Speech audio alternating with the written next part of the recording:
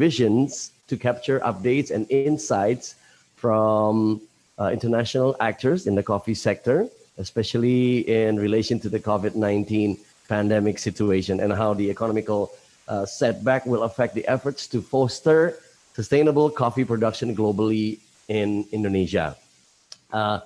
Before we start, I'd like to remind you of some important points.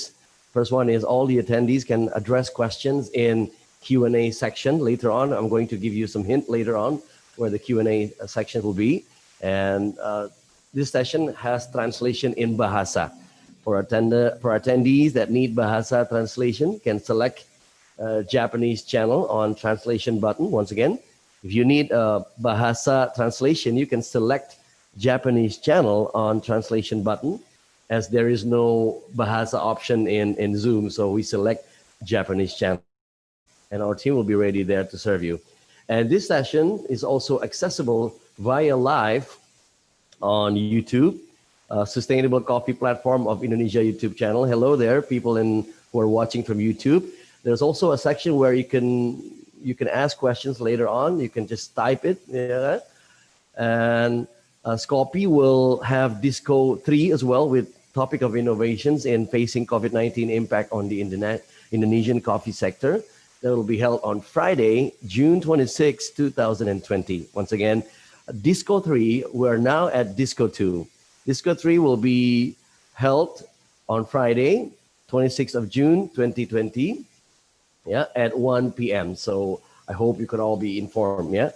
And ladies and gentlemen, we do hope this would bring all of us a great opportunity to enlighten each other regarding surviving strategy and also methodology being implemented in each country by each participant. I'm sure during the pandemic, and each and every one of you is the greatest businessman. You know what to do for your own business as well. So these best practice and strategy will be shared later on. So you can also share your best strategy during the pandemic situation. So bringing the light and optimism together, shall we?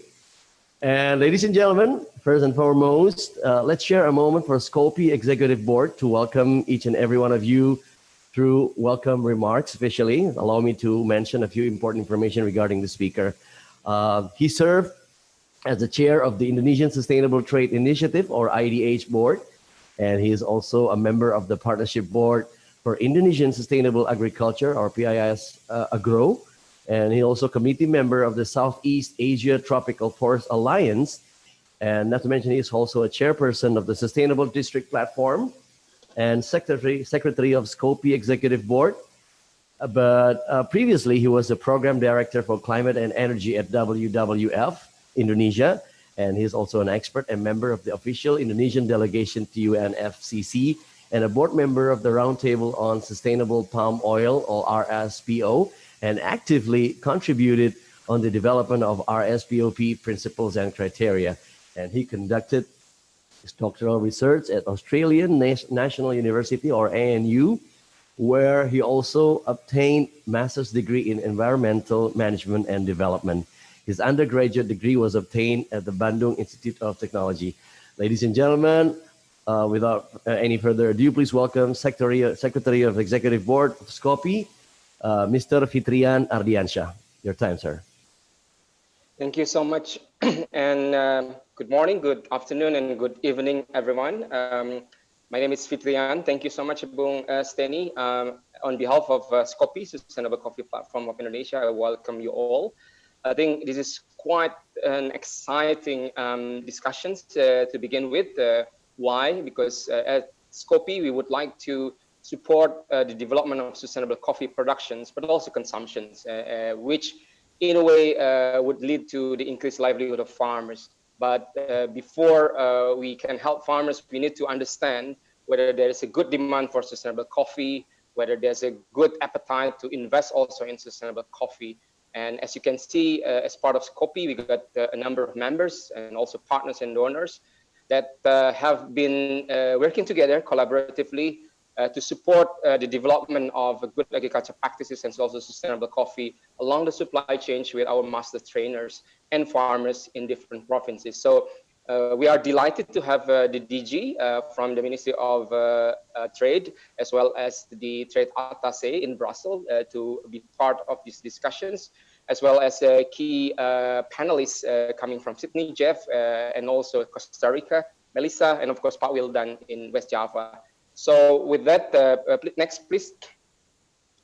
I think we can say that it is quite crucial to understand the momentum in which we can address not only the previous challenges when it comes to sustainable development of coffee and also farmers and farm productions in Indonesia. As you can see that we have been working across Indonesia, but also due to the COVID-19 situation, what sort of additional challenges that we are facing, and then linking this to the export market or the demand coming from the global coffee sector. So I will give the floor back to Bung Steny.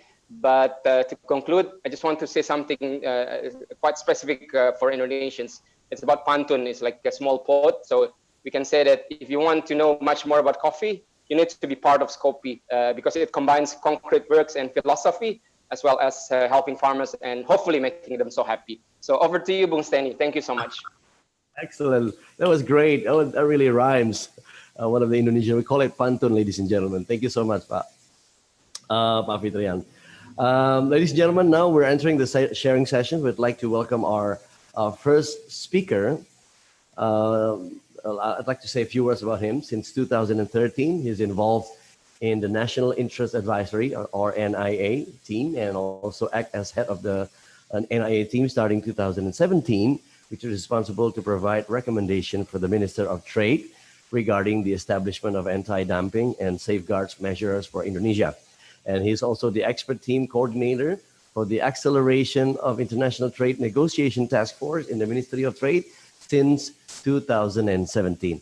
And ladies and gentlemen, he currently serves the Ministry of Trade for the Republic of Indonesia as Director General for the Directorate General of National Export Development, or DGNED, since May 2020. And he's also a board director member at Indonesia Exim Bank since June 2020. With his keynote remarks, pandemic-related global trade issue affecting Indonesia's coffee trade. Please welcome Director General of National Export Development, Ministry of Trade of Indonesia, Dr. Insinyur Kasan MM.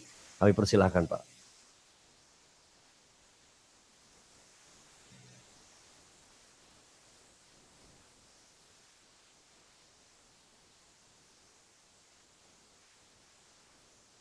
I think Pak Kasan needs to switch on the microphone, if you don't mind, Pak.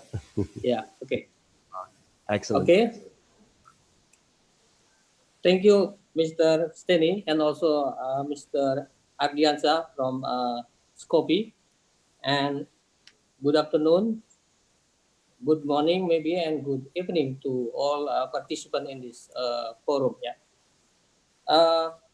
Distinguished speaker also, Dr. Jeffrey Nichols from University of Sydney, Melissa Salazar from Global Coffee Platform, and our colleagues from Brussels, Mary Indriasari, Trade Atase in Brussels. Good morning, Bu. And also Senthil Nathan from Enveritas, and last but not least, Mr. Wildan Mustafa from CP Frinsa Agrolestari. And we have also the member of Indonesian Coffee Association and their counterparts. Assalamualaikum warahmatullahi wabarakatuh. First of all, I would like to thank all of you in virtual forum of international perspective on the future of Indonesia coffee sustainability held by Sustainable Coffee Platform Indonesia, or Kopi. Also, I would like to express my appreciation to Indonesia Embassy in Singapore, Trade Atase in Singapore, and also all parties that make this forum possible in this afternoon Indonesian times. During global pandemics we are facing in the last 3 months, I feel gratitude for your virtually presence to join in this event. And I hope as the COVID-19 outbreak will coming to end, maybe end of this year, but we could restore our economy in the near future. Ladies and gentlemen, as we know that COVID-19 pandemic is trigger significant impact on various sectors including our economic activities and also the trade sector. For example, export and import performance in Indonesia, not only in Asian countries like China, Japan, and Korea, but for Indonesia itself, trade balance in these years from January to May, we have still surplus. It's about 4.3 billion US dollars. But the trend or the growth of our export is decreasing in this period. However, our export for some commodities, including food and beverage, and hopefully, I think, coffee is also may still increase in this year. This number, we saw that the massive COVID-19 has impact on our Indonesian export, and our Ministry of Trade has already undertaken numbers of strategies in promoting our trade performance in the normal new era. The first is we simplifying and accelerating the issuance of certificate of origin. And the second, we also propose the applying automatic attentions in processing of export and import license. The other is improvement and acceleration of our export import service and supervision through national logistic ecosystem. We are also increasing export information facilities and services, virtual export promotion, and business matching through our trade representative office in abroad, including the participant we are here from Brussels, Trade Atase, and also the Atase in Singapore. And the last, we propose also the incentive for insurance or export credits to other small and medium enterprises through the Indonesian Exim Bank for exporters affected by COVID-19. Ladies and gentlemen, as we are already mentioned, so coffee is one of very important agricultural commodities for Indonesia, and this is one of products drive economy in various countries. And also for Indonesia, this commodity creating jobs and also to reduce our poverty alleviation. So Indonesia was the ranked number 9 largest coffee exporter in the world, with the US is the major our destination countries of coffee. And the second our destination countries is Japan, followed by Malaysia, Italy, and Egypt. But Indonesia only support or only supply to the world is about 3% of global coffee makers. So this is very small number, I think, because if we compare to the Brazil, for example, Brazil is the top exporter in the world for coffee, and Brazil has about 15% of market share in coffee market in the world. Ladies and gentlemen, also we know that coffee sector continue to experience challenges, especially in this situation, the COVID-19 pandemics, and also we have challenging on closing cross-border and social restrictions have disrupted supply and demand supply chains, and also undistributed supplies and decreasing consumption, not only in Indonesia, but also in other countries. We are also face trade barrier in some countries. For example, last 2 months ago, in Japan and Germany, In Japan, Indonesia ready to send 2 tons of coffee from Bali and 2 tons of Mandailing in Sumatra. Unfortunately, being cancelled by Japanese importer, since Japanese government has set a state of emergency in 7 prefectures, so which followed by the closure of shopping centers, shopping including coffee shops such as Starbucks and also local coffee shops. So this is the impact of COVID-19 situations by regulation in destination countries in the world. But on a more positive sound, coffee industry is considered to have the more opportunity to provide value added to our economy through partnership between the governments, farmers, and the industrial sectors. Indonesia will struggle to help local farmers who were devastated by COVID-19 pandemic.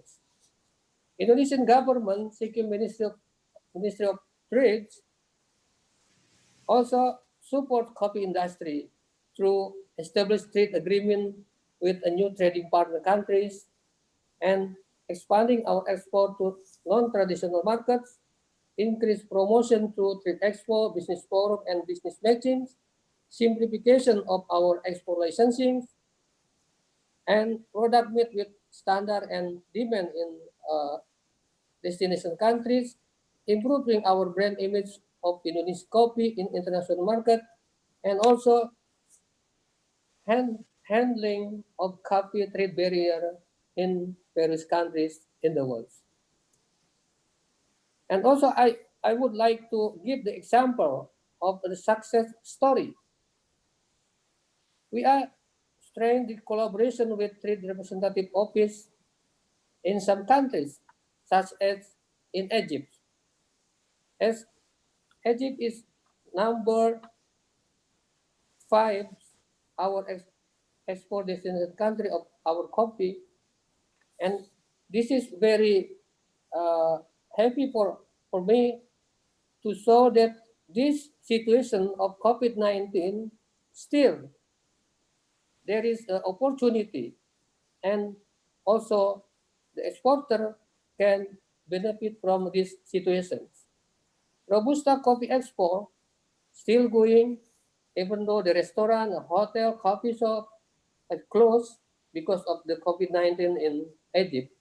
But this closure of these public places makes coffee trader and distributor have to switch to selling the coffee by online or home delivery order. So until March this year, 18 containers have been shipped to Egypt. And in April 2020, this year, there were additional 12 containers. So this is the trade commitment of Egyptian coffee importer group and PT Asa Jaya from Malang with contracts with about 50 billion US dollars. So Indonesian coffee is very popular in Egypt, taking is about 60-20% of market share. And we need to take advantage the rising of coffee consumption in Egypt, which reached about 45,000 tons. And with the number of coffee drinkers in Egypt, almost 35% of total population of this country, from about 98 million people in Egypt. Ladies and gentlemen, in this new era where picture even everywhere, and we have an opportunity to collaborate with Indonesia Trade Atase in many countries, including in Europe, to have virtual business matching between Indonesia exporter with Italians, German, and also other countries with potential order of our exporter or grower of coffee, especially from Gunung Halu specialty coffee in West Java. Virtual exhibition or virtual promotion also become our opportunity to promote our products. The exhibition enable exhibitors to display virtual promotion tools in case of Future Tea and Coffee Summit and Expo 2020. So, exhibitor product simple to be scanned by a tool that creates a unique fingerprint for every food product. By digital food fingerprint, exhibitor able to reach out to global market and get matched with international buyers. In this event, Indonesia had 18 potential participants with unique product of coffee and tea. 10 of them are participants of our Ekspor coaching program in the Ministry of Trade. And our ministry with this program is to bring SMEs or small medium enterprises to export and go international.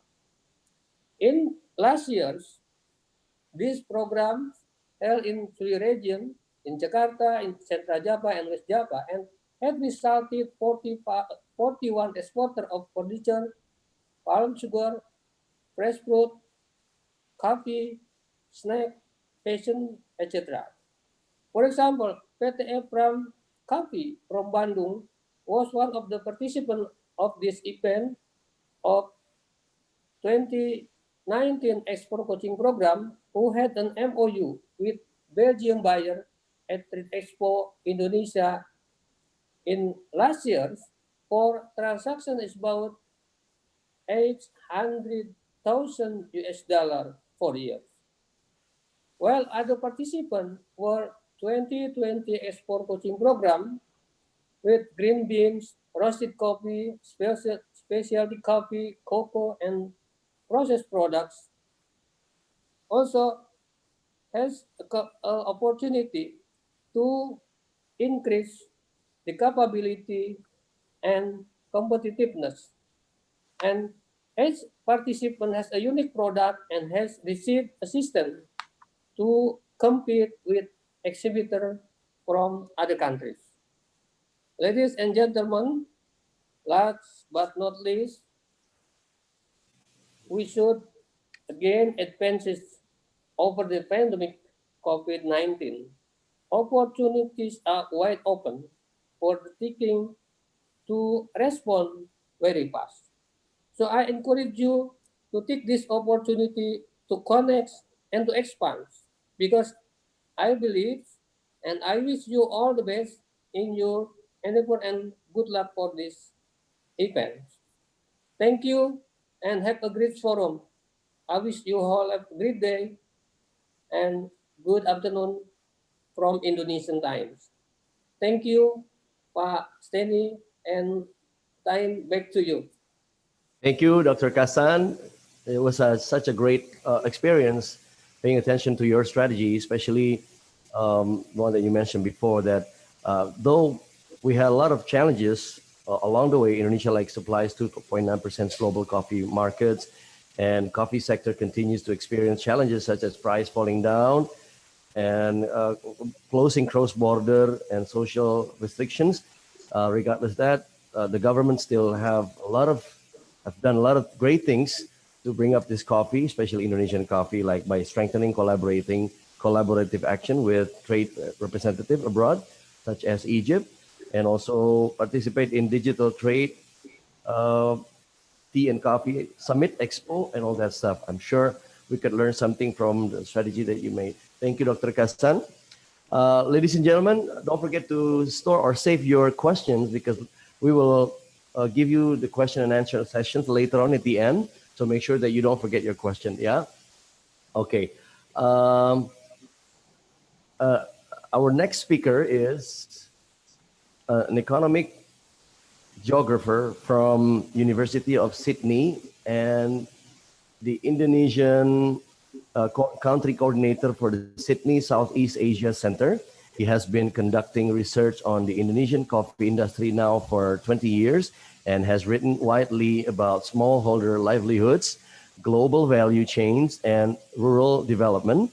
And he's also a former member of the Coffee Supervisory Board and has worked closely with various coffee companies in Indonesia to improve the development impact and sustainability of their supply chain program. With his keynote remarks, promoting sustainable value chain for Indonesian coffee in a green post-pandemic economy. Let's welcome economic geographer of University of Sydney, Dr. Jeffrey Nielsen.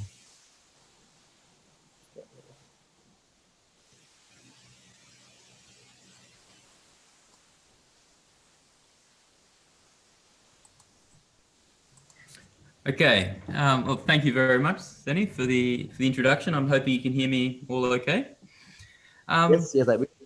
Excellent. So I've been asked to talk about on this topic of promoting sustainable value chain for Indonesian coffee in a green post-COVID economy. I'm going to address this first of all by talking about the global impacts of the pandemic on coffee sector, and then moving on to some possible implications for Indonesia.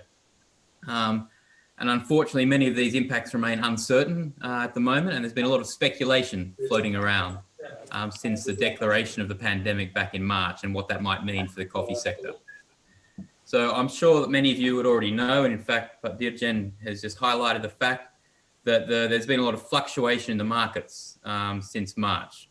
And the initial response, of course, was slightly rising prices. And this was apparently due to concerns over supply side constraints. Were the operations of export infrastructure going to be affected? Was there going to be for a while there was concerns there'd be a global shortage of containers as a flow-on effect of reduced exports from China? And was basic social distancing enforced at different ports around the world, was that going to reduce throughput? In other parts of the world, I mean, we look at Brazil, India, Colombia, where the coffee harvest also depends a lot on migrant labor, people coming into the coffee regions from elsewhere. So if people movements were restricted within countries, how would that affect the harvest? And that is less of an issue in Indonesia, where seasonal labor is less critical. So I guess in short, it was originally thought that there'd be these various logistical bottlenecks would affect supply, and this resulted in some panic buying around the world and even stockpiling of coffee in some consumer markets, and that tended to push prices up. However, by about April, it seemed that many of those supply side concerns had probably been overstated, and then our attention quickly shifted towards consumption. So the closure of cafes, of restaurants, of hotels around the world meant that more coffee was being drunk at home rather than in cafes, and supermarket sales actually increased as a result. But the overall impact seemed to be a decrease in consumption trend. And of course, from previous experience, we know that the broader economic downturns are often related to decreases in coffee consumption. So here we are at the moment with a worldwide recession looming. It seems that we're likely to see little growth in consumption looking ahead. So what does all this mean for Indonesia? And I guess more importantly for Indonesian smallholders? So I think first of all, it seems likely that more price sensitive consumers and more at-home consumption may actually lead to an increase in demand for Robusta production rather than Arabica. And so for Indonesia, that means perhaps greater demand from southern Sumatra compared to northern Sumatra, Aceh, Java and Sulawesi. It probably also means that various supply chain projects developing specialty coffees may well be put on hold for the foreseeable future, as coffee roasters are no longer able to go and visit farmers in the same way as they did before. Now, in terms of what that might mean for coffee farmer livelihoods, I've often argued that coffee is something of a fortress crop in Indonesia. I call it kopi itu sebagai benteng hidup. And this means that smallholders often depend on coffee production as a backup livelihood strategy, so as an income source of last resort. It seems that households rarely invest their scarce resources in coffee production. If they have other options, then those options might be off-farm work, opening a warung, moving to the city, becoming an object driver. And so coffee, it seems, coffee farming anyway, rarely results in wealth accumulation, but it does prevent households from slipping into dire food insecurity. So in other words, it seems to me that fortress farming in Indonesia means that coffee is important for enhancing resilience, but not necessarily for getting rich. Now, I understand that the Indonesian government actively prevented citizens of Jakarta from returning to their kampung at the end of Ramadan during Mudik. But I suspect that as the economic impacts of COVID restrictions start biting even deeper in Indonesia, that we might see sort of many urban Indonesians starting to dribble back to the relative security of the kampung, and that farm activities may increase as a result. In some areas, I suspect that many will take to coffee farming as a relatively easy way to generate cash income. And so these sorts of trends were certainly widely reported back in the Asian financial crisis in 1998, when large numbers of retrenched workers from factory jobs in and around Jakarta ended up finding work back on the farm. So in terms of policy, it seems that this what I call a safety net function of coffee farming could become more important and should be actively supported as a way to prevent chronic poverty as a result of the economic impacts from COVID. So this could mean sort of agricultural supports and possibly even the distribution of seedlings, and might be an opportunity to entice farmers to get involved in rejuvenation programs and the replacement of aging coffee tree stock. It seems in particular that the programs that might encourage the grafting of new budwood onto existing rootstock might also be important as a fairly quick way of generating productive new plants. Of course, at the same time, if these sorts of trends of people maybe moving back to the farm are happening at a global scale, this could trigger another cycle of excess global supply in the years to come. Now, the final thing I just wanted to bring up very quickly is in terms of the environment, because it's a fact that over the centuries that coffee has tended to be grown on cleared forest lands across Indonesia. This was the case in the Pengembangan during the 1720s. It was the case in West Sumatra during the 1800s and Lampung, particularly during the 1970s. And indeed, during the 1998 financial crisis, there was a lot of forest clearing that occurred, particularly around the Bukit Barisan National Park in southern Sumatra. So if my predictions of perhaps more individuals going back to coffee cash cropping in Indonesia are correct, then further efforts might be required to make sure that sort of increase in coffee production doesn't occur at the expense of Indonesia's unique natural environment. And I think related to this, conventional value chain approaches to sustainability and sustainable certification which I should say have had mixed impacts to date, they may become less important, particularly if supply chain auditing activities are unable to be undertaken due to travel restrictions. And this might mean that there might be a greater reliance on remote sensing technologies to monitor landscape-wide environmental change. And I think this sort of presents an opportunity for Indonesia to maybe take the lead in implementing these landscape-wide management and monitoring programs.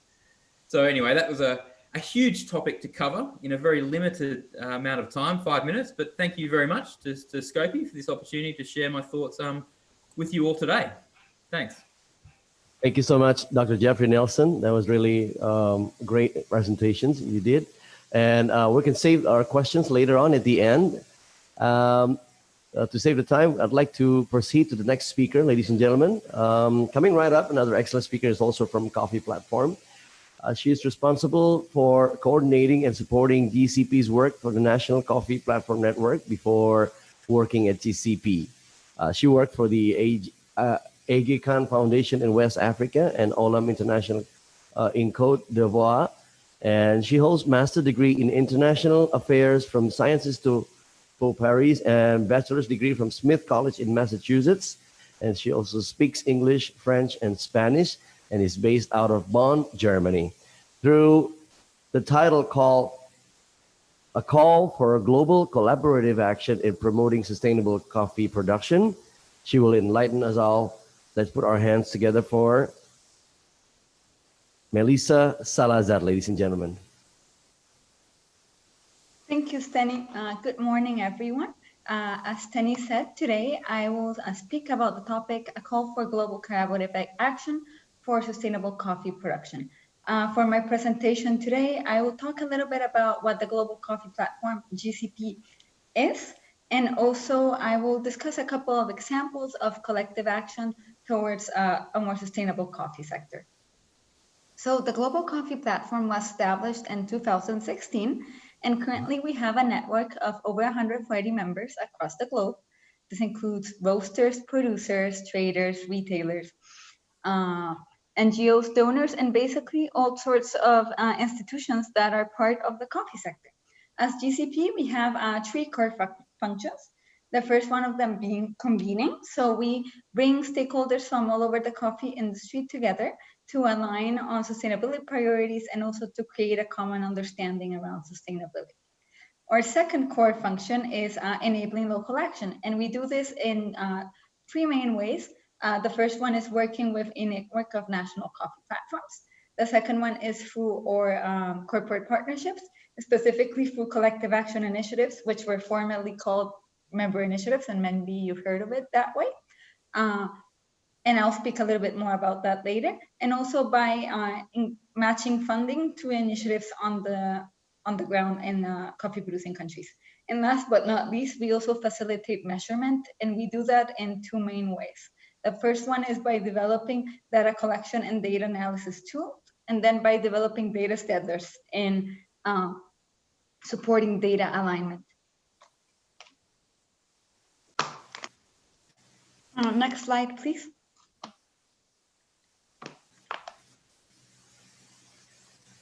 So as I mentioned, one of the things that GCP does is that we work with a network of national coffee platforms.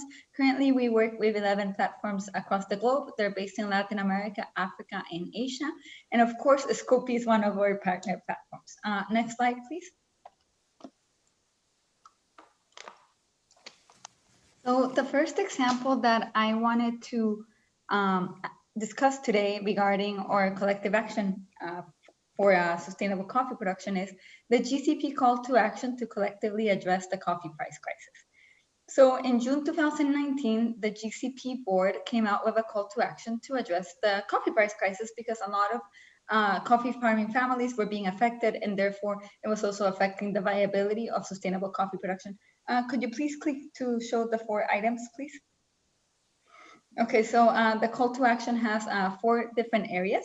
It tackles 4 different areas. The first one is engaging with international coffee exchanges. The second one is encouraging roasters and retailers to increase their commitments to sourcing sustainable coffee. And then increasing transparency and openness about sourcing sustainable coffee. And last, promoting the consumption of sustainable coffee. The third area is activating stakeholders in producing countries. Specifically, this means fostering a conducive business environment for the production of sustainable coffee, particularly through the use of public-private platforms such as the national coffee platforms and such as Scopi, and also supporting the reduction of inefficiencies and increasing transparency. The last area is mobilizing governments, private sector, and civil society around designing initiatives and supporting policies that tackle this situation. Since the call to action came out a year ago, GCP and our members have taken a variety of actions, and I will highlight a few of them. So one of the things that we did regarding area number 1 is we had a webinar with the International Coffee Exchange, which allowed the attendees to better understand how to engage with them and also how they operate. Beyond that, regarding roaster retailer and their reporting and their transparency, as GCP, we're planning on, at the end of this quarter, to come out with a roaster and retailer report that publicizes the sustainable sourcing of these roasters, and hopefully this will encourage other roasters and retailers to come out and communicate their sustainable coffee commitments and also increase them. And then regarding activating stakeholders in producing countries, the different coffee platforms have taken a wide variety of initiatives, but I'll highlight a couple of them. So the Kenya Coffee Platform is currently working on a cost of processing study. And at the same time, the GCP Ethiopia is working on an economic viability of coffee farming study, both which will highlight the situation, the economic viability of coffee farming in both countries. And beyond that, we have Brazil working on a collective action initiative, which is my next topic, on the topic of social well-being. And as part of that initiative, there's a big area related to living income and living wage. All of it which relates to the call to action. This is 1 year into the call to action, and we hope that our members and partners will continue to increase their activities related to this. Next slide, please. So the next topic that I wanted to discuss today as an example of collective action is the appropriately named collective action initiatives. Could you please go to the next slide? So what is a GCP collective action initiative? So the GCP collective action initiatives bring together local actors and GCP global members to tackle a key sustainability challenge identified by the platforms and other local actors on the ground. Their goal is to amplify collective pre-competitive investment and create impact at scale. They also align with country coffee platform strategies, and they're harmonized with other local initiatives with the goal of avoiding duplication. One thing that I find very important about this collective action initiatives is that they also have a very important component about creating knowledge for the wide coffee sector. So the knowledge that's created goes beyond the participants of the initiative, but goes to the entire coffee sector in order with the goal of thereby improving the enabling environment. Next slide, please. So I'm not going to go too much in depth into this slide, but I did want to provide a concrete example of what a collective action initiative is. So on this slide, you see the Brazil Collective Action Initiative on the responsible use of agro-inputs, which is currently entering in its second year. But if possible, and I don't know if you can see all of the logos, but at least you can see some of them, please pay attention to the second half of the slide. So in the second half of the slide, I ask you to look at it because if you look at it, you see that there's quite a few competitors working together there. You have Bayer, you have BASF, you have Syngenta, but you also have Olam and Ecom, and you also have Keurig, Dr. Pepper, Nestle, Chibo, and JD, all of them which are competitors actually, but they came together in a pre-competitive initiative because they believe in the power of acting collaboratively to actually address a key issue. I'm speaking about Brazil right now, but beyond Brazil, we also have initiatives in Vietnam and Uganda. And as part of this, and since we work with a network of platforms, or as GCP, our aim is to continue working with this model with the other platforms in the network. That's it for me, actually. Thank you very much for your time, and let me know if you have. Thank you, Melissa. Thank you, Melissa. Short and concise. Thank you so much. It seems like Melissa needs much water there. It's quite dehydrated there, probably. Thank you, Melissa. Ladies and gentlemen, again, if you wish to ask questions to Melissa, you can save the question from now. We're going to put in a Q&A sessions later, all cumulatively, yeah. And next is through post-pandemic global market demands shift towards the Indonesian coffee sector. Will be the title of the presentations. Let's get ourselves ready for Republic Indonesia's Trade Attaché for Belgium. Please welcome Ibu Mary Indriasari. Thank you very much, Mas Teni. I hope you are well there in Jakarta, and very good morning from me from Brussels, and very good afternoon for everybody else in Jakarta. So I would like to start my presentation about the post-pandemic European market demand shift towards the Indonesian coffee sectors. Well, I want to focus about the European because from the term of reference, I should presenting about the global, but right here I'm posting in Europe, so I just want to talk about the European market. And from the first slide, from the picture, we can see that Europe is still the biggest coffee consumption in the world with a share of around 33%. And because they're still the biggest consumption in the world, so there's still a potential market for Indonesia. And among those 33%, the biggest consumption of country is leading by Germany, and it followed by France, Italy, Poland, Spain, and Netherlands, where the main port of entry for the coffee are coming from Rotterdam and Port of Antwerp. That's for the western part of the Europe, but for the southern part is mainly coming from Barcelona and Italy. And with increasing number of consumption, the average consumption per capita for the person in Europe is also increasing. It noted around 5 kilograms per person per year. And it's even higher in Finland. It can reach until 12 kilograms per person per year. So you can imagine how potential market is in the European now for the coffee. But however, because of the the unique specific end market in Europe, they only wants to buy the green bean because their value added here is for the roastery. So they only want to buy for the green bean. And based on the importation number, Indonesia is still on the 8th position among those other producing countries for the coffee. The leading sector is still from Brazil for the coffee production for the green bean, and followed by Vietnam, right now our biggest competitors, Vietnam, and with the other India, Honduras, Colombia, and Peru. So next slide. Yeah, I just want to picture how is the main characteristic of the coffee in the European market.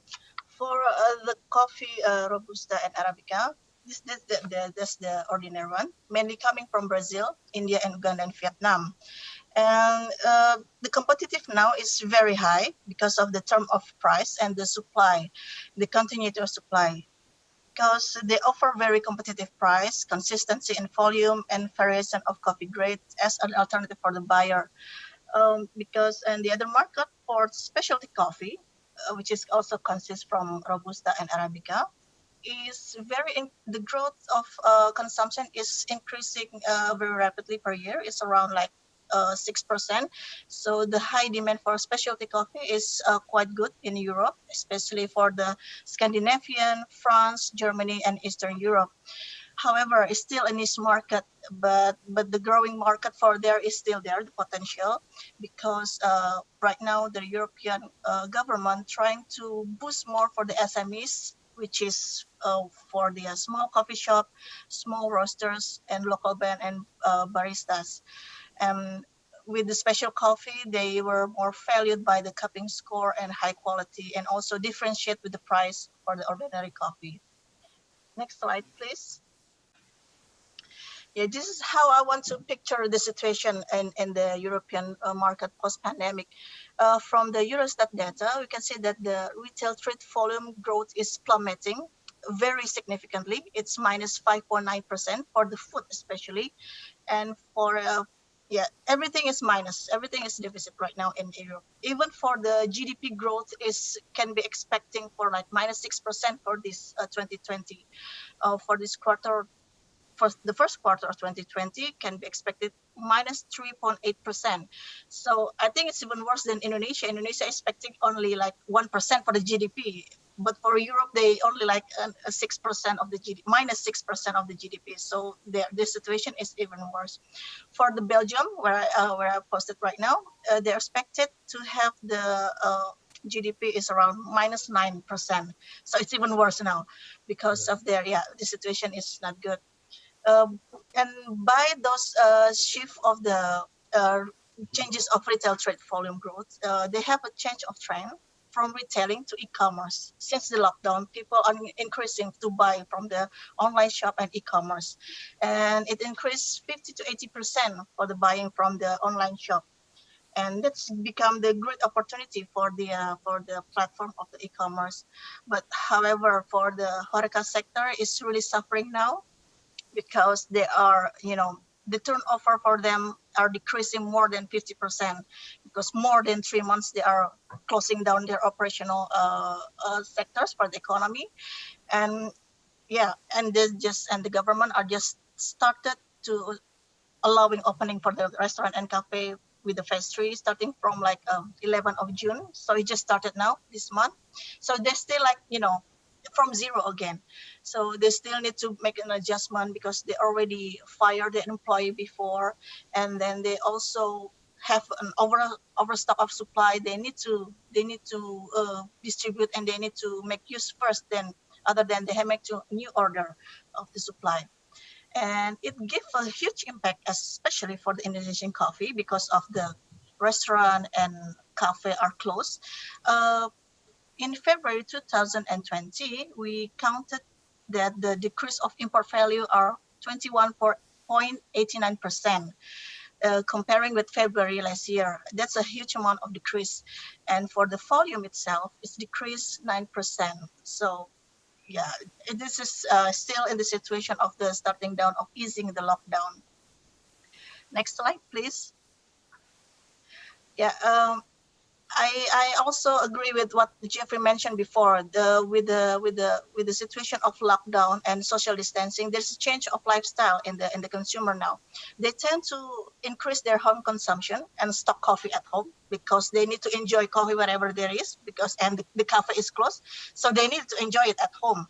So they tend to stock coffee at home and shifting the type of coffee maybe from Arabica, which is less. It's hard to find in the retail, and they tend to buy the Robusta, which is commonly available in the retail market.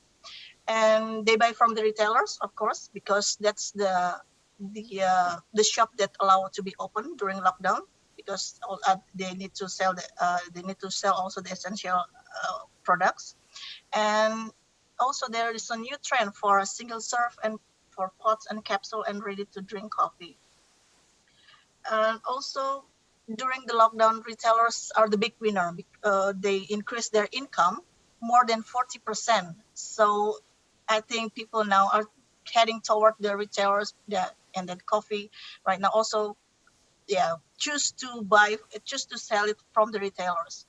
And we also identify there's a disruption from the supplier, according to the information from the coffee buyer here, because of there's a delay of shipment, labor shortage in the supplier country, because of also the social distancing measure, and the price will also be affected.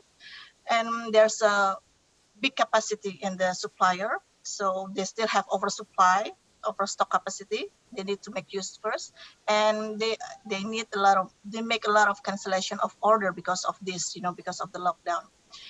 But however, they need to also make a shifting for the long-term impact in business, because they need to because the government not allowing to have the event, trade fairs, and public cupping, so they need to have some kind of new way of thinking to how to promote the coffee to the consumer. And I think they will also shift in supply chain, look for the more consistency supplier in the volume and consistency for the quality. And also they will also look for the new platform for online trading, not the conventional one through the retailers or from the coffee shop, but they will look for a new platform for online trading. And because of this is the opening at the same time. Restaurant and cafe, they're opening at the same time, so they will look for the price competition. So how to attract the consumer? So they will look for the price competition, while they also need to have the value added for the consumer. How the consumer still attract to their type of coffee that they sell. Okay, next slide, please.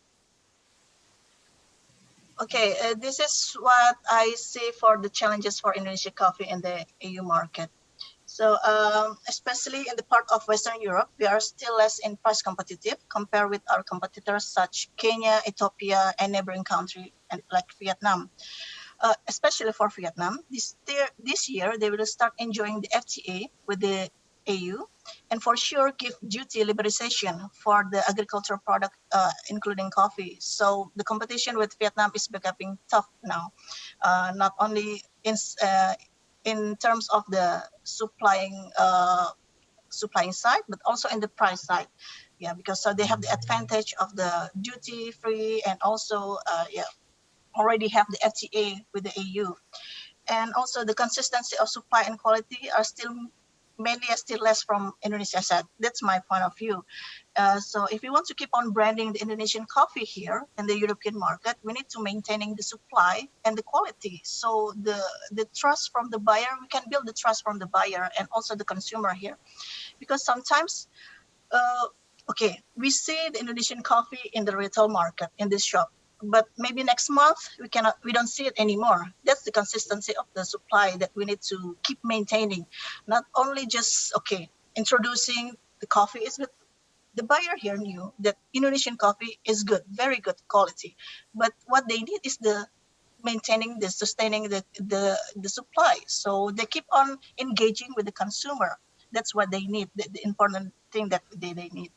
So yeah, I know, because we have now the challenge because of the increasing demand from the domestic side, of the increasing for the restaurant and small coffee shop in the domestic side, but the export markets, yeah, it's important to keep maintaining.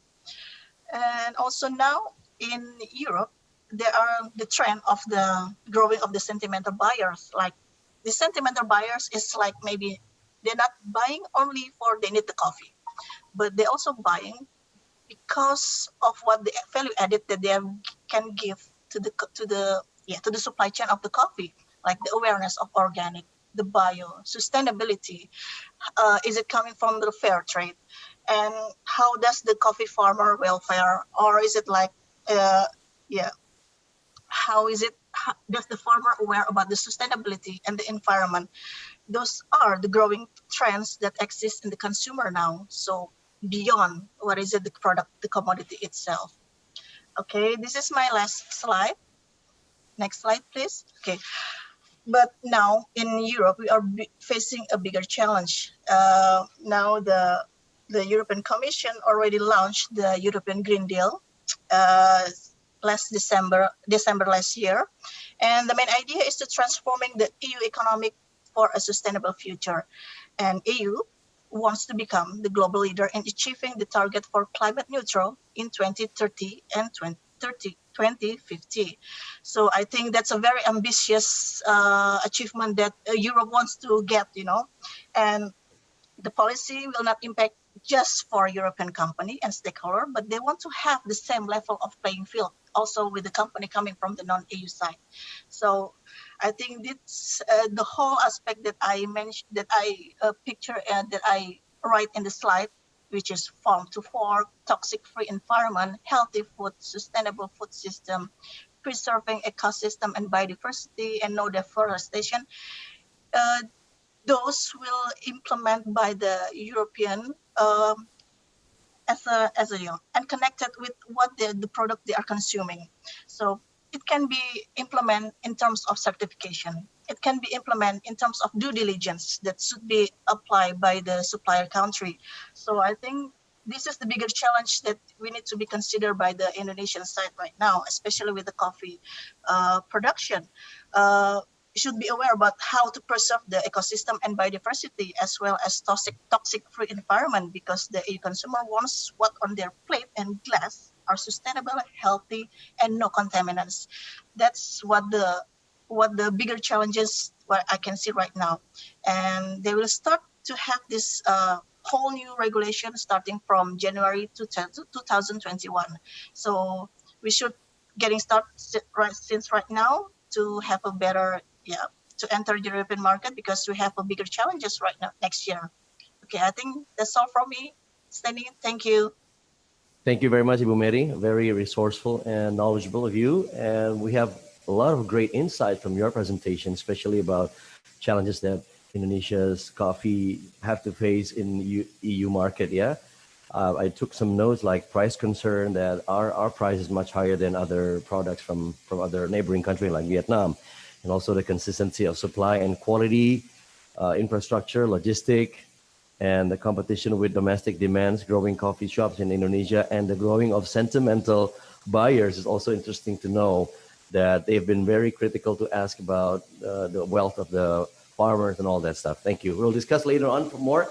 Ibu Mary, Indriasari, really enjoy your presentations. Ladies and gentlemen, especially those participants from YouTube, take note and please share your questions starting from now. You can do that. We're going to collect all the questions and later on give you the opportunity, give all the speakers opportunity to respond some questions there. I'm sure we cannot answer all, but we'll do our best. In the meantime, let's proceed to our next speaker. He currently heads the Asia operations of Enveritas. His experience spans across both for profit and non-profit sectors for more than 14 years in various leadership roles. And he has worked with Fairtrade International, PepsiCo, General Mills, And this gentleman holds an MBA and MPA from Columbia University. And he also frequently writes about smallholder agriculture and food systems in leading newspapers. With the topic of COVID-19 pandemic impacts to coffee farmers globally, please welcome Hub Asia Manager, Enveritas, Senthil Nathan. All yours, sir. Thank you, Steny. Thank you for steering this webcast really well. Thank you for that great introduction too. So we have a huge number of participants, I can see. Thank you all for taking your time and joining in this session. I thoroughly enjoyed all the presentations until now, and thank the fellow speakers as well. I hope you all are safe and well, and we are living through a challenging time, and we only can hope that we all get out of the scenario as soon as possible.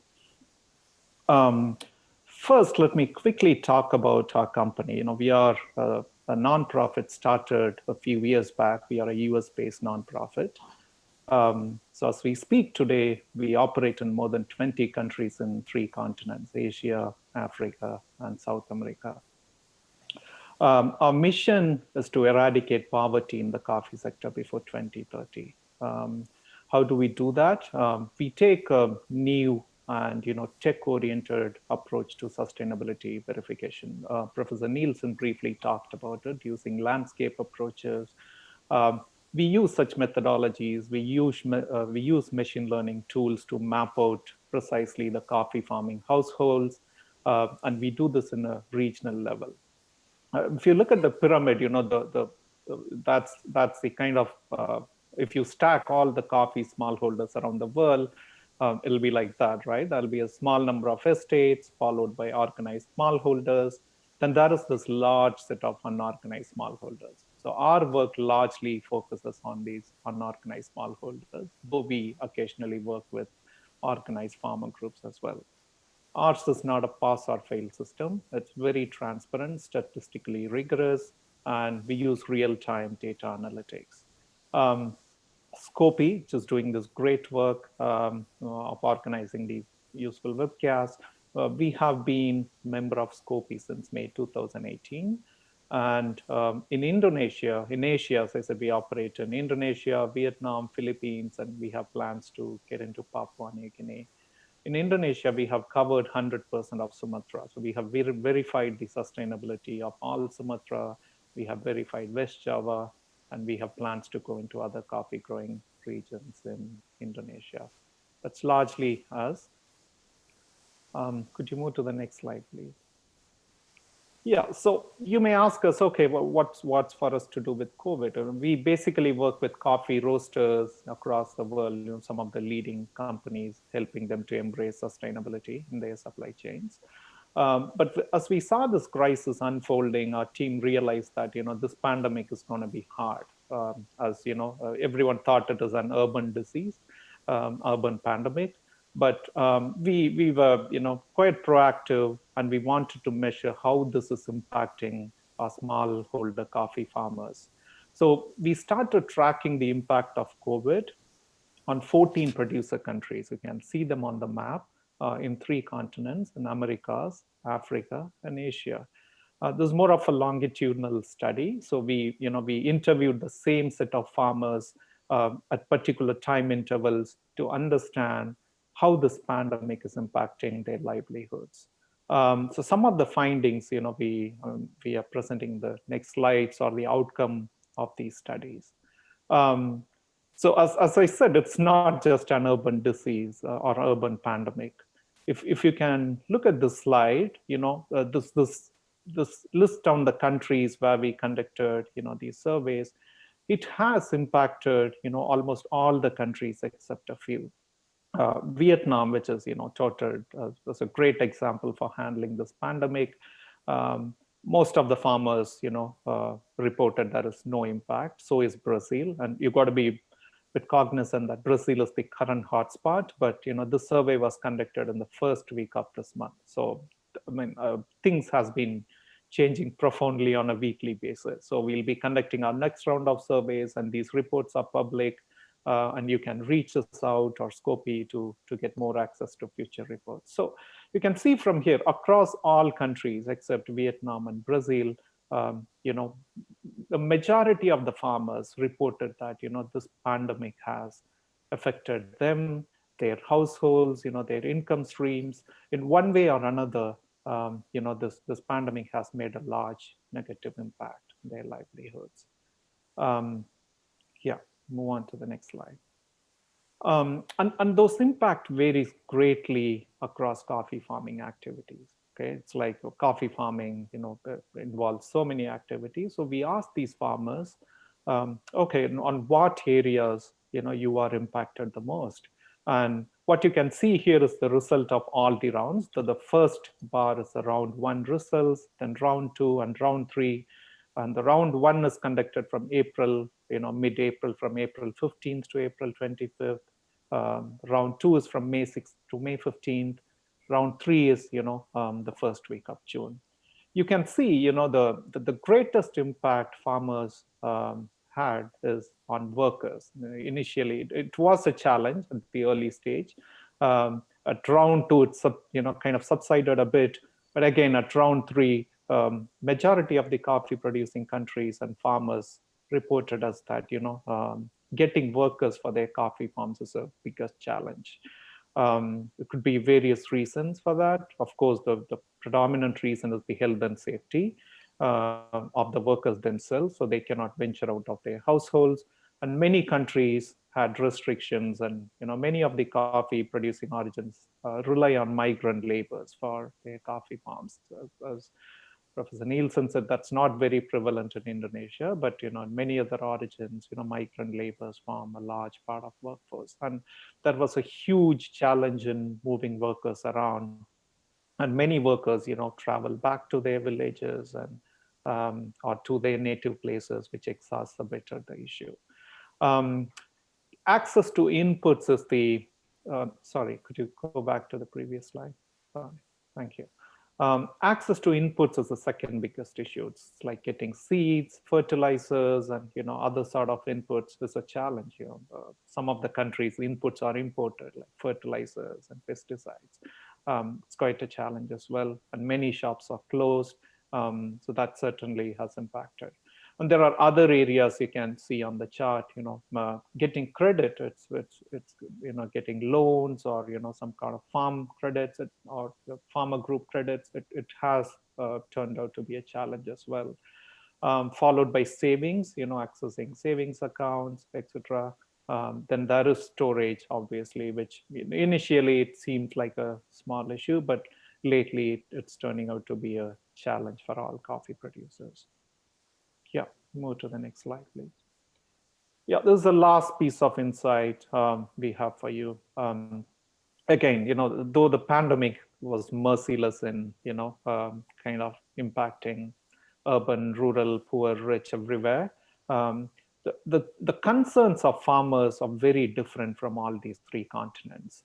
So what we did was we asked these farmers, okay, you are impacted by these. Now, tell us, what is your greatest concern at this moment? And the answers was quite insightful.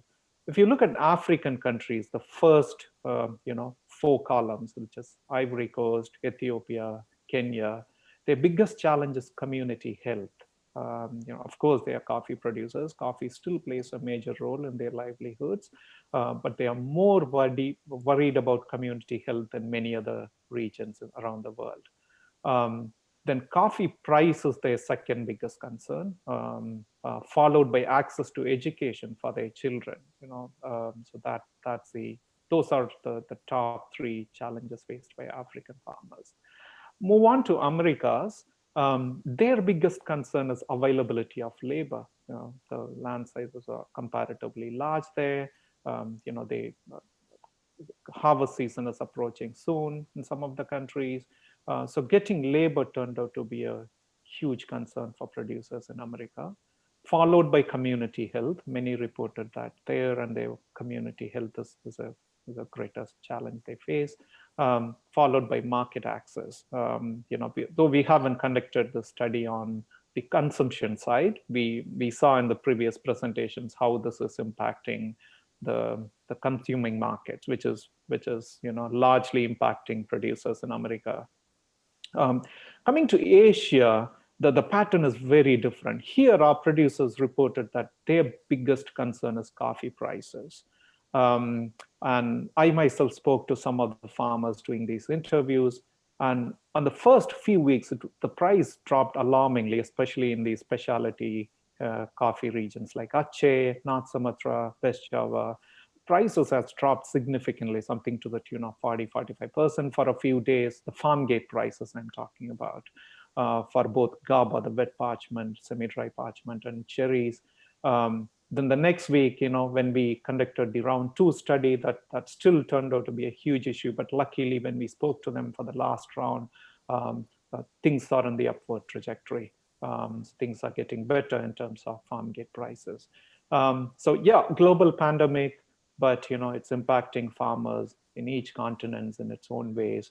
And yeah, in summary, we found that this pandemic is gonna make an everlasting impact on smallholders, which we believe will last for at least some time, unless all stakeholders and governments come together, as well as businesses, of course, roasters, to make sure that whatever progress we have made to bring these smallholders out of poverty towards prosperity, and make sure that that positive momentum continues, and we are not letting them get into poverty trap again. Back to you, Steny. That's all from us. Thank you so much, Nathan. We feel sorry for what happens to our farmers all over the world, especially. And I hope we've been praying that this pandemic will get over soon.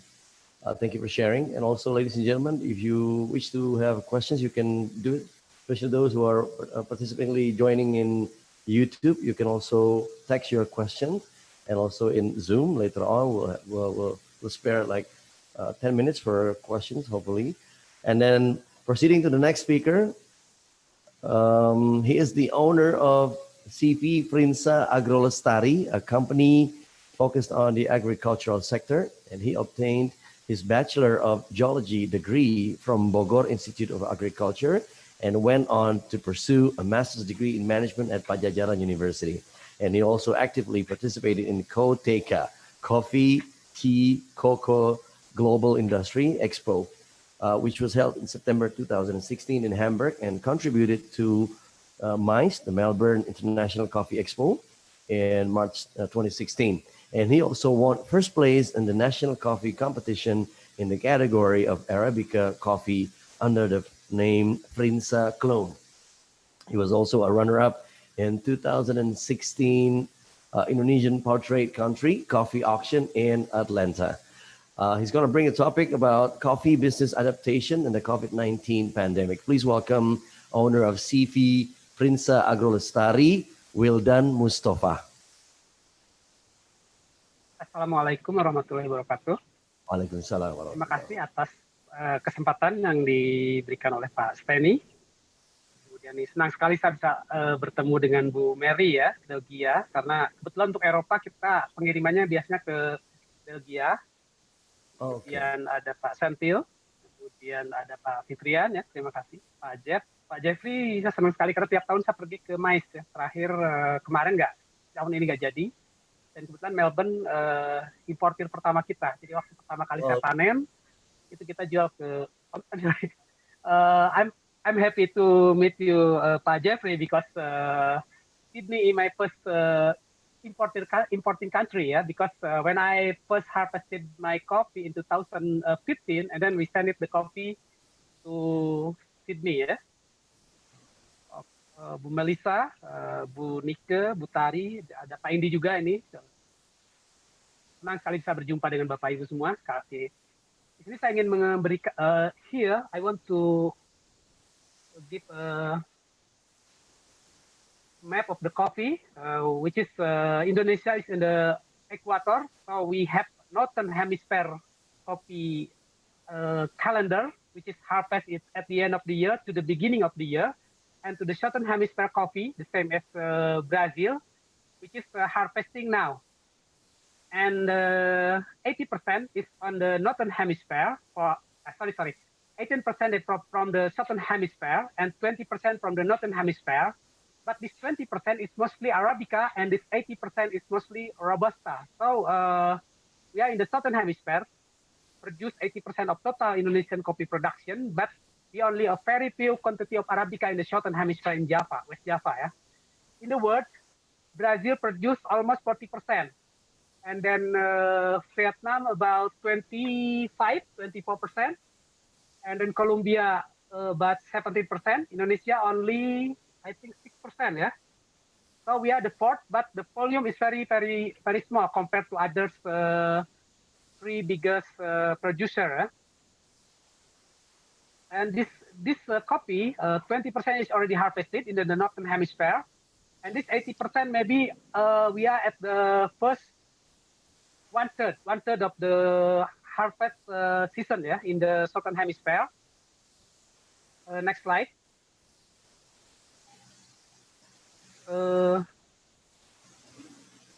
We in Indonesia we have a chronic problem because our productivity is very, very low compared to others country. Yeah, we only 600 kilograms per year per hectare, and in the other hand, Vietnam is more than 2.6 ton per year.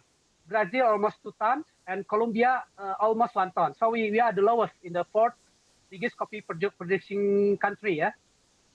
The problem with this very low yield is we have to pay more for producing costs compared to other countries.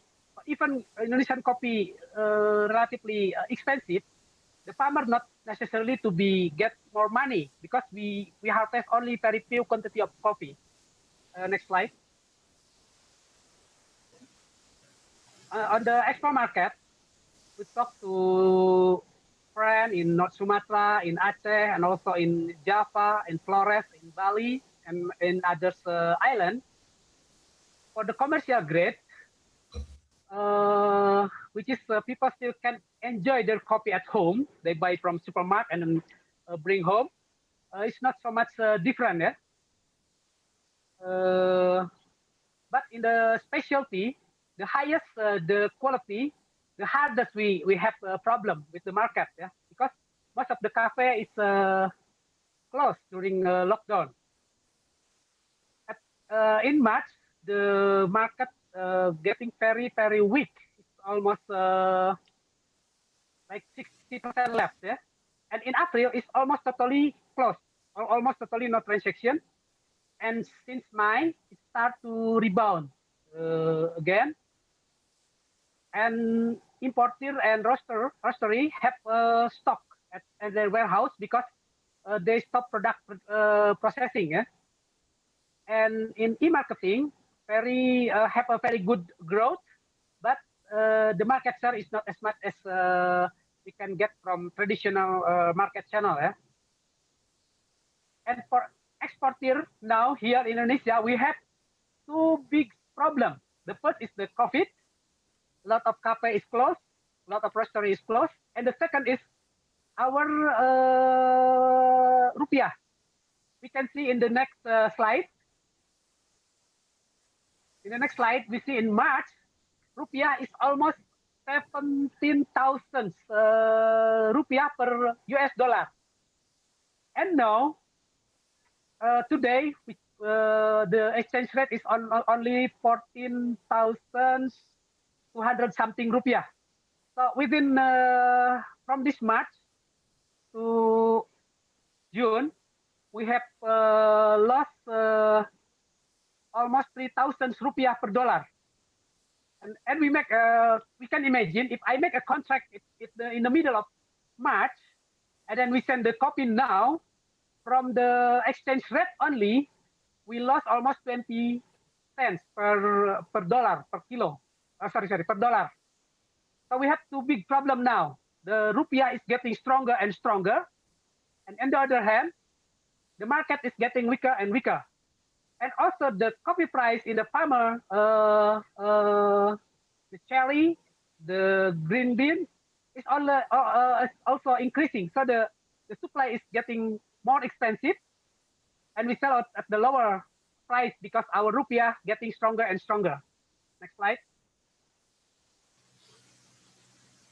in the local market, we lucky here in West Java because we very close with the local market. Now local market have a very big impact to the price. And the biggest market is in Jabotabek, Jakarta, Bogor, Tangerang, Bekasi, West Java, Central Java, East Java, and Bali. So our farmer in West Java have more benefit from local market because we are very close to the market. But for international price, we have a very big problem because our import tax is the lowest among biggest coffee producer. We can see here for Brazil, put 10% for green bean and roast bean tax, income tax, and for soluble 16%. Vietnam, 15 to 20 for green, 30 for roasted, and 40 to 60 for soluble. Indonesia, we only 5% for each green bean, roast bean, or soluble. Colombia, 10 to 15. And India is even very high, 100%. On the other hand, our consumption, local consumption is relatively high. It's almost 1 kilogram per capita per year. So we consume about 300,000 tons of coffee. It's very interesting for coffee coffee imported in Indonesia, and very hard for exporters because our import tax is very low. Yeah. Next slide. In the market, in the farmer in the farm area in Sumatra, they have a problem, very big problem in April, and in the southern hemisphere, we just beginning of harvest this month, so we have a rather better condition, yeah, because the cafe in local market is already open, and also in the international market is already open. So we have a trend that the price is increasing now in the farmer gate, in the farm gate.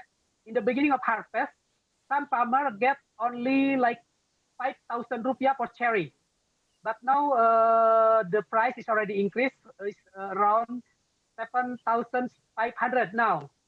And last year price is 9,000 to 10,000 here in West Java. So the price now is about 20 to 30% less than last year price for cherry, and about 10 to 15% less for asalan. So this is the biggest problem for me. All the price down is almost impact the farmer, because the processor will not do anything if they can get any margin, yeah. But the farmer, they always have to harvest their crop, whatever the price they get, yeah. So the farmer have 20 to 30% less price, and the processor is only 10 to 15%. So all the decreasing of the price is on the farmer side. And the cash flow is now very, very big problem. We have a very big problem with cash flow. So at the moment, I just do export for the buyer, which is give down payment. Yeah.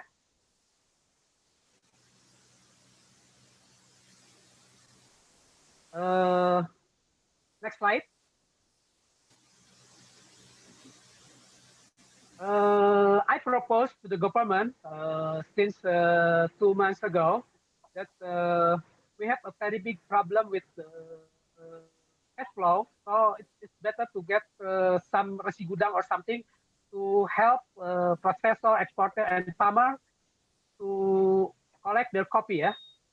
And then we propose also interest discount, and postpone of payment for the credit. And also we promote consolidating export, because most of the buyers buy less this year because they have still have stock from the March, April, and May less processing. Yeah? So they will buy less and also will buy lesser. The buyer, which is normally want their coffee to arrive there in August or July, they won't know in September or October or even later, yeah, because they still have a lot of stock at the moment. And we want the ITPC to do more promotion about with Indonesian coffee. And for our less productivity, we propose to do more replanting with better quality, better disease pest and environmental adverse condition, yeah, the pest, better resistancy. And we also do with Scoopy, with the master trainer to do more integrated farming. We do integrated farming with horticulture, with livestock, to enabling the farmer to get multiple income for their sustainability. Yeah. Next slide. I think this is the last slide. Yeah. Okay. Thank you. Thank you very much for your attention. Assalamualaikum warahmatullahi wabarakatuh. Waalaikumsalam warahmatullahi wabarakatuh. Pak Wildan Mustafa, the owner of CV Frinsa Agrolestari, having heard of his presentation, we managed to come to a conclusion that he is very well experienced in coffee industry. Thank you, Wildan.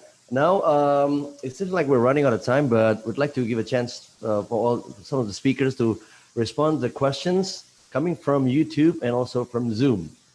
Yeah, this one is from Zoom, from Fatu Hidayat. Given that there is a shifting phase of coffee consumption trend after the pandemic from out-of-home to in-home consumption, how will Indonesian coffee export be impacted, especially as for Indonesian specialty coffee? As we are aware that Indonesian specialty coffee are mostly sold in high-end places like cafe, restaurants, and hotels, which has a lower demand. Yeah. Okay. That's the first question. I think the one who's going to answer the question is maybe, but let me check first. Yeah. Any speaker wants to voluntarily respond to that question, please? I can have a go if you'd like. Oh, yeah. Jeffrey. Well, yeah, Jeffrey, yeah. Please. Yeah. Please. I mean, just very quickly, I think, as I said in my presentation, I do think that there, and it seems that from the people, including Pak Wildan and others who have been talking about some recent observations in the field, it's already happening, that there's been a bit of a decline in the demand at the higher level, higher quality Arabica coffees. And I think that is directly related to increased at-home consumption. So as I said, and the fact that Robusta prices appear to have held up a little bit better than Arabica is probably a sign of that as well. The big question, I guess, is for how much longer will this at-home consumption continue for? You know, with restrictions starting to ease in some places and cafes starting to open up, I guess the question becomes whether this is a short dip at the moment or whether it's longer term. And I do think the other part of that equation is the visits by roasters to growing regions, which is often part of the marketing, particularly at the upper end of specialty coffee. And I'm talking about roasters, international roasters, who are not visiting Indonesia, but also if there continue to be restrictions for internal movement within Indonesia, you know, whether people in Bandung are unable to visit Medan as well, that's also going to be impacting those sorts of supply chain relationships. So anyway, I guess I'm suggesting that yes, as long as these restrictions continue and out-of-home consumption is low, that I think there'll be an impact on that upper end of specialty coffees. Okay, thank you, Dr. Jeffrey. Thank you for response.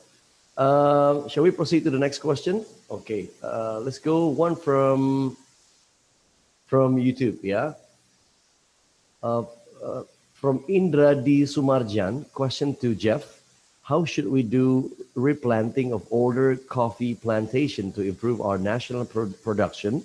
And how much total investment in USD terms should we look at? Yeah. In terms of the second part of that question, I'm not sure I can answer it in terms of what sort of investment might be required. But when I think through the replanting, I guess I've got two key points to make. One is that, say, I'm predicting a bit more interest in rural families in growing coffee at the moment. If we are seeing a downturn in economic activities in urban Indonesia, my prediction is that more people might be looking to coffee growing at the moment to get some cash, some relatively easy cash income. So my key point is that we could use that as leverage at the moment to roll out a replanting scheme. So if 12 months ago we tried to introduce a replanting scheme in Indonesia, it's quite likely that there'd be not a lot of interest from farmers. Whereas if we did it now, there might be interest. And of course, the second point I'd make is that to ensure if there is any replanting program, to try to avoid some of the pitfalls that we've seen elsewhere, particularly in the cocoa sector in Indonesia, where a top-down approach to the distribution of planting material was enforced, and try to encourage bottom-up supply. And I guess certainly in cocoa, there are a lot of success stories in terms of farmer-owned nurseries.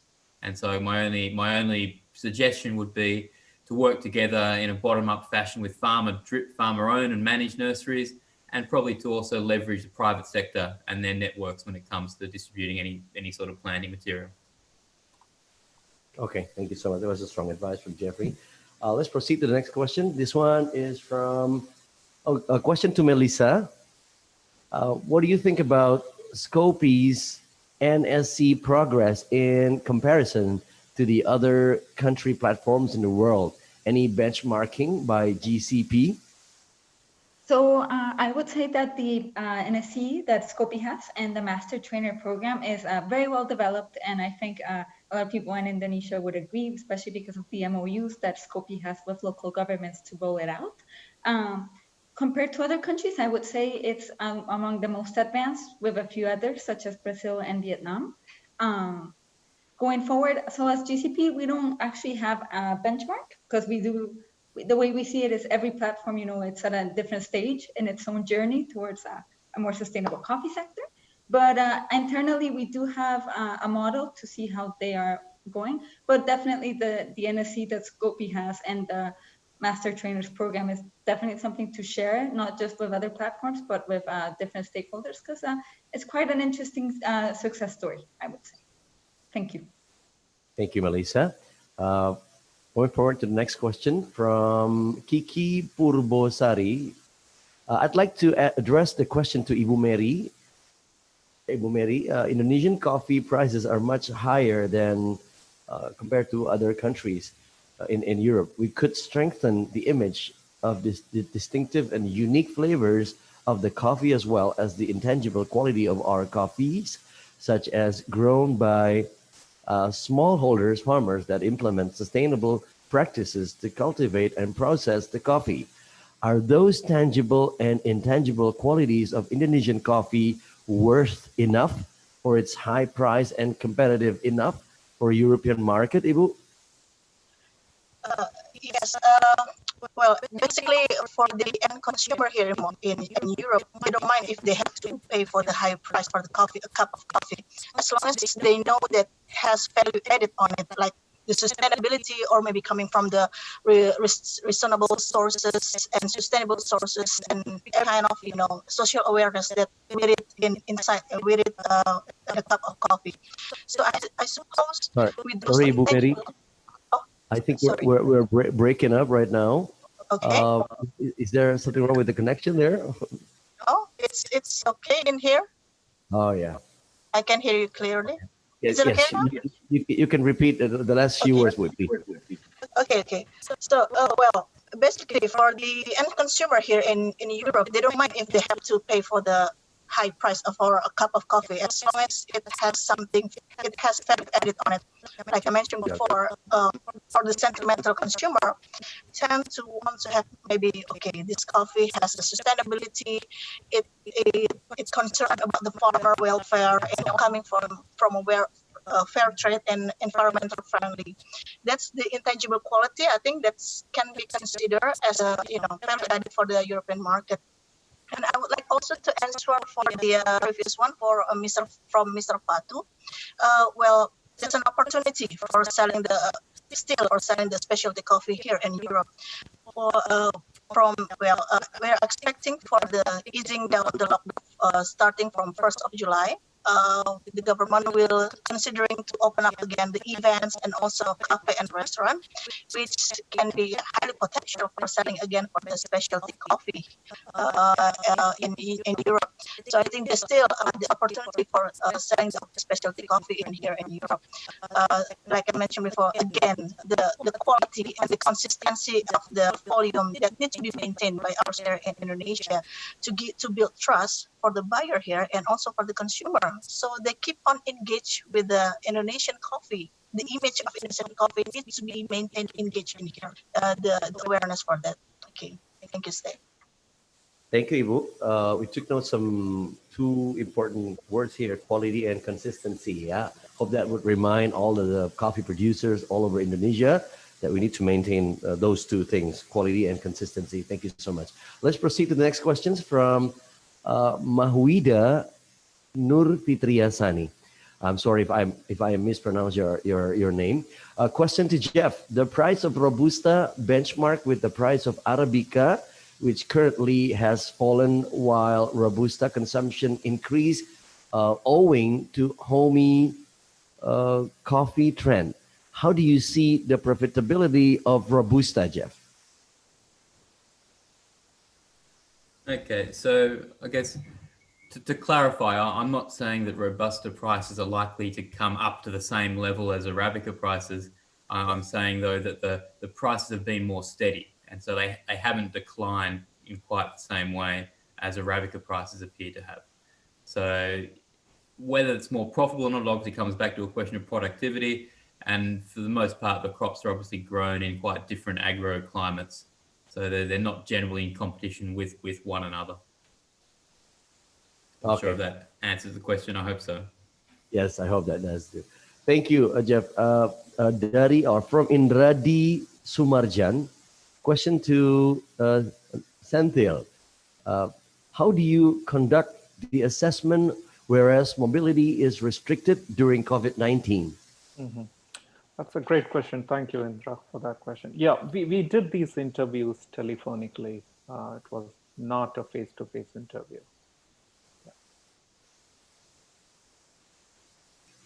Okay. Yeah, okay. I hope that answered the question. Pak Indradi, yeah. Thank you. Next is from Bintang Mia to Pak Wildan. Pak Wildan, biaya produksi lokal lebih tinggi dari luar negeri. Apa sebabnya? Local, production cost is much higher than the one for overseas. Yeah, why is that so, Pak?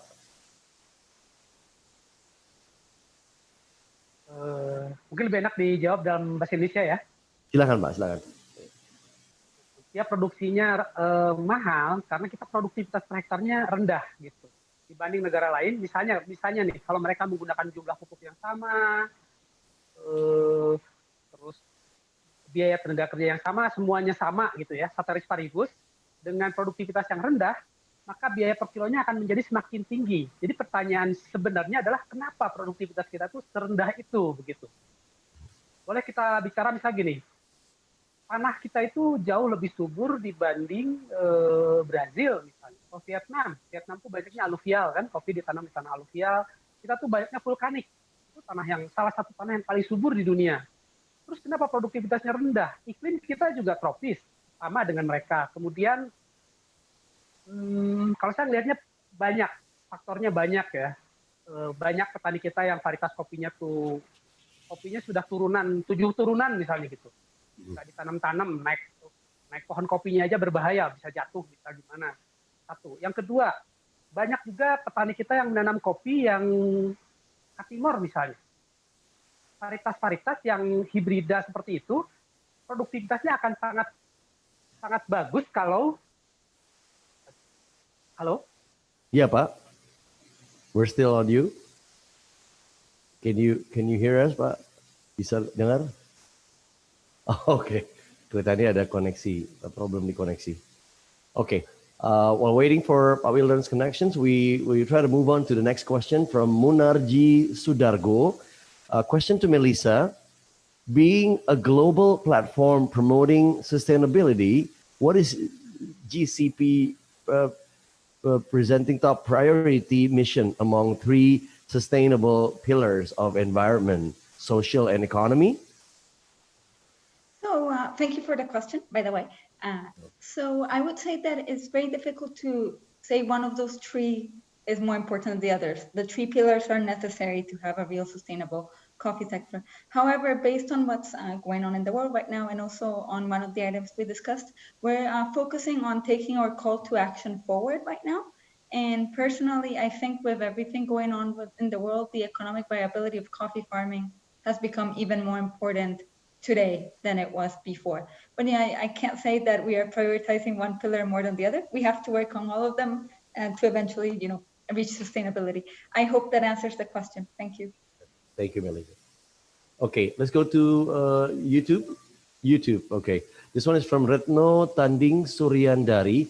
Considering Indonesia is the fourth largest country with its particular coffee culture, I perceive that the domestic market has not been properly educated about Indonesian coffee.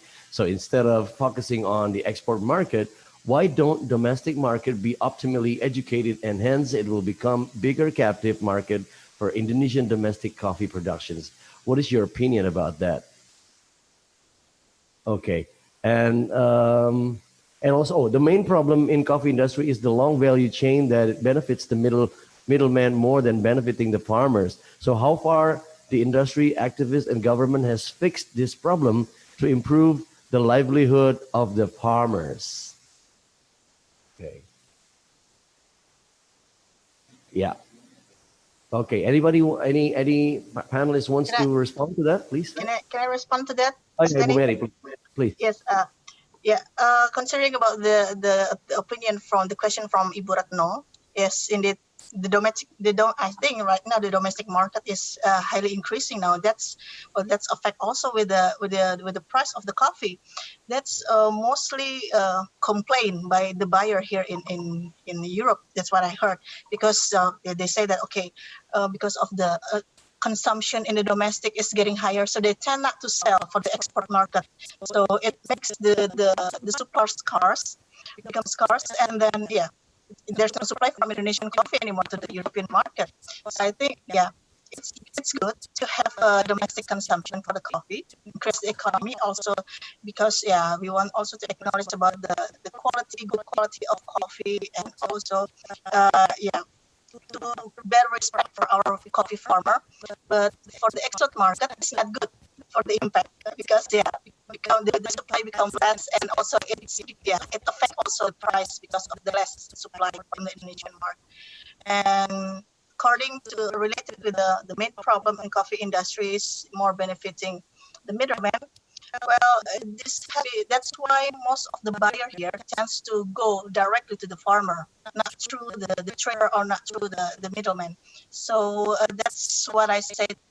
They want to have the coffee, what's in their cup. It's beyond what they're buying. So they directly connect, and they want to directly, what are the farmer welfare? How is the farmer family? That's what the buyer consider right now. Okay, Stanley. Yes, I guess that also happens not in coffee industry, also in other commodities as well. They truly care about the makers, the farmers, yeah. Okay, I'm sure this will be our last question since we're really running out of time. Hello, I'm Amanda from local hold of micro lute coffee farm in Lembang and Sumedang, West Java. My question is how to join international trade of coffee for micro lute like us to sustain the products. And we also know in Indonesia are quite difficult to get the information. Yeah, that's from Amanda. Any panelists? Any response from panelists?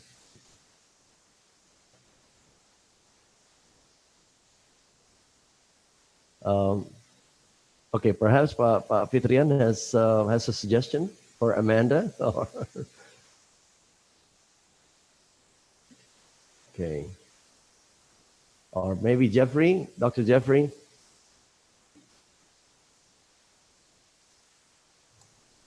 Sure, I can try to reply to Amanda's question if you like. I mean, of course, the biggest impact, the biggest change in the Indonesian coffee industry over the last 10, 15 years has been the growth of domestic consumption, and domestic specialty consumption. So and there are opportunities for, I think, for producers like Amanda to particularly deliver micro lots to the domestic market as a stepping stone to then developing exports. So I'm not sure at what stage she's at yet in that process, but that would certainly be the first step. Second, to get the export market, of course, there's the huge challenge that export containers are generally 16 to 18 tons, and micro lots are smaller. So it's often necessary to join together with others in a container to ensure that, and which can be, of course, challenging. The final point I'd say is that quite often roasters and international roasters themselves, and we've been involved in a few projects that have helped to facilitate those sorts of relationships with small holders delivering micro lots. As I said, I think at the moment, with the travel restrictions the way they are, it's going to be more and more difficult to develop those sorts of relationships that are often necessary to get export access for micro lot producers. Okay, that'll be all. Thank you so much, Dr. Jeffrey. Ladies and gentlemen, it seems like we should give the last chance for each panelist to say the last word or suggestions towards our topic, the Indonesia coffee sustainability. What is your advice to that? In short, please. Let's start from perhaps Ibu Mary. What advice would you give to all the coffee practitioners or coffee doers, Ibu, all over Indonesia?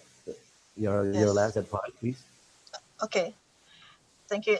So we should have still the spirit for encouraging the exportation of Indonesian coffee, while because of the competition right now is not very rapid, and the main concern is how we keep our price competitive, maintaining the quality, of course, increasing the quality, not only maintaining, increasing the quality, but consistency in supply is the key. I think that's all.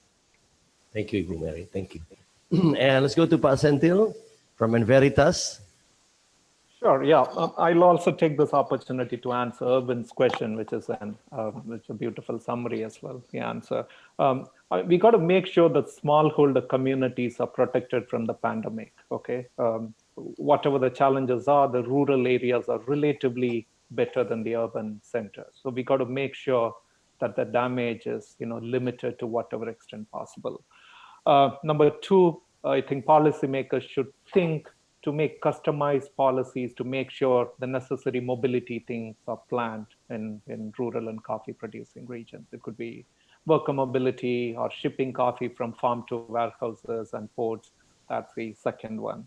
And lastly, I think they say that never waste a good crisis. I think this is a great opportunity to embrace sustainability, not just on the consuming side, but also on the producing side. We know the yields are awfully low. There are so many good things we can do to improve smallholder sustainability. I think this is an opportunity where we can sit back and reflect on those things. Yeah, nicely put, Pat. Thank you so much for the words of encouragement. Let's go to Melissa. Would you please share your advice for Indonesia coffee sustainability? Yep. Thank you, Steny. So actually, I want to build a little bit on what Senthil said. I do think this is a great moment to embrace sustainability on the production and on the consumption side. I think right now, since we're dealing with a global crisis, more than ever, collaboration between different stakeholders and stakeholders on both the private and public side is key to actually move forward and make actually be able to grow and build from the situation. And I think Coffee, with its vast membership and actively engaged membership, has a really good basis to get that going. So yeah, that would be what I said. And thank you so much for the invitation. Okay. Collaboration is the key. Collaboration is each stakeholders, yeah? And Dr. Jeffrey, please. Yeah, okay. Look, the I guess, final idea that hasn't been discussed yet, perhaps, that I'd like to leave you with, is the opportunities moving forward for mail order coffee and internet sales. So we've talked a lot about how decreasing cafe consumption might be a challenge to specialty coffees at the top end of the market. But at the same time, there might be opportunities in there for people to change their coffee consumption habits at home towards higher quality. And I say that specifically for Indonesia, where my observations have been that a lot of the good quality coffee is consumed at cafes. And for the most part, the at-home consumption has continued to be relatively low. So that, as in low quality. And so that in itself, I think, also offers an opportunity to start developing much more effective, perhaps internet sales for roasters at the higher end of the market. And that, I guess I'm relating that as well to one of the comments before about, or a few of the comments that have come through about focusing on the domestic market more as opposed to exports. I guess I just wanted to say that I think that the Indonesian domestic coffee industry deserves to be applauded for the dynamic work it has done over the last 10, 15 years. So to say there hasn't been a lot of promotion of coffee within Indonesia, I don't think is true. I think Indonesia has got one of the most dynamic cafe cultures in the world, and that has developed relatively recently. So I think that domestic industry certainly needs to be applauded, and I think they'll continue to innovate moving ahead. Okay. Thank you, Dr. Jeffrey. And do we still have Pak Wildan with us? The last time okay, Pak Wildan, are you still with us? Okay, we're gonna raise hands. Yeah, Pak. Is there any advice, any suggestions to all of us here? Lastly, keep it short, Pak, please. Oh, it seems like we're still having a bad connection with Pak Wildan. Anyways, and perhaps I should give the opportunity again for the host from Skopi, Pak Fitrian Ardiansyah. Is there anything else? Did we miss anything in the forum, in the discussions, please? What would you like to say? Okay, while waiting for Pak Fitrian, I'd like to thank all the panelists. Oh, Pak Wildan is on, sorry. Pak Wildan? Ya, maaf tadi wifi-nya kayaknya putus ya, masih jalan. Oh, okay, Pak. Silakan, Pak. Yeah. You have like less than 1 minute to say something, Pak, please. Oke, mungkin yang keprihatinan satu sama dengan pertanyaan tadi, itu kenapa produktivitas kita rendah. Jadi memang kenapa harga kita tinggi, karena memang produktivitas kita rendah. Dan kenapa produktivitas kita rendah? Kayaknya banyak masalah di situ, termasuk tanaman yang sudah tua, kemudian varietas yang ditanam kebanyakan varietas hibrida modern yang harusnya sangat demanding, tapi maintenance-nya kita kurang gitu. Jadi itu diskusi yang sangat menarik biasanya kalau kita ketemu sesama master trainer di Skopi dan kita sedang mengembangkan kurikulum untuk gimana mengatasi permasalahan-permasalahan ini dengan meningkatkan produktivitas, meningkatkan kualitas, meningkatkan pendapatan petani dengan tumpang sari, dengan multiple cropping, dengan integrated farming dan sebagainya. Mungkin itu PR kita yang paling besar ya. Yeah, our biggest homework, according to Pak Wildan, is productivity, how to increase the productivity level, Pak. Thank you so much. And once again, we would like to say thank you to all the panelists, Pak Fitrian Ardiansyah, Dr. Insinyur Kasan MM, but unfortunately he couldn't stay with us until the end of our discussion. But if you have any question, you can just email to subditpaspal.p2c@gmail. I'm sure Skopi will facilitate you with the email address later on. And also thank you to Dr. Jeffrey Nelson from University of Sydney. Thank you for being resourceful to us. And we'd like to say thank you as well to Melissa Salazar, Program Manager, Countries Global Coffee Platform. Really enjoy your presentations. And thank you so much, Ibu Mary Indriasari, our Atase in Belgium. Hope you can take care of yourself there. And we'd like to thank Pak Senthil Nathan from Enveritas. Thank you so much for sharing your thoughts. And lastly, terima kasih banyak untuk Pak Wildan Mustafa, owner dari CV Frinsa Agro Lestari. We've learned a lot. There are great insights, not just the problem, but solution from each of the panelists. We really enjoy that. Thank you so much. And don't forget, we also have the announcement to make, like Skopi will have DISKO 3 with topic of innovations in facing COVID-19. Now, this is really important. I hope you don't miss this. DISKO 3 with topic of innovations in facing COVID-19, impact on the Indonesian coffee sector. that will be held on Friday, June 26, 2020 at 1 p.m. Once again, DISKO 3, Friday, June 26, 1 p.m. So I think this is the best moment for us to celebrate our togetherness. So why don't we just open our video? Let's just take a group photo opportunity together, yeah? I hope each and every one of us, yeah? And is there any more announcement? Okay, let me check first in the announcement board. Okay. While after the closing, after the group photo, please remind,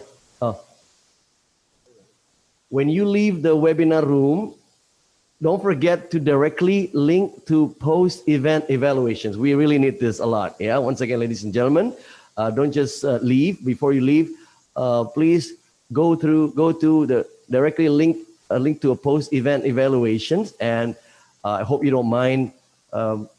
Share your constructive inputs to our programs. Anything will be really valuable for us to keep improving. Thank you so much. Yeah. Okay.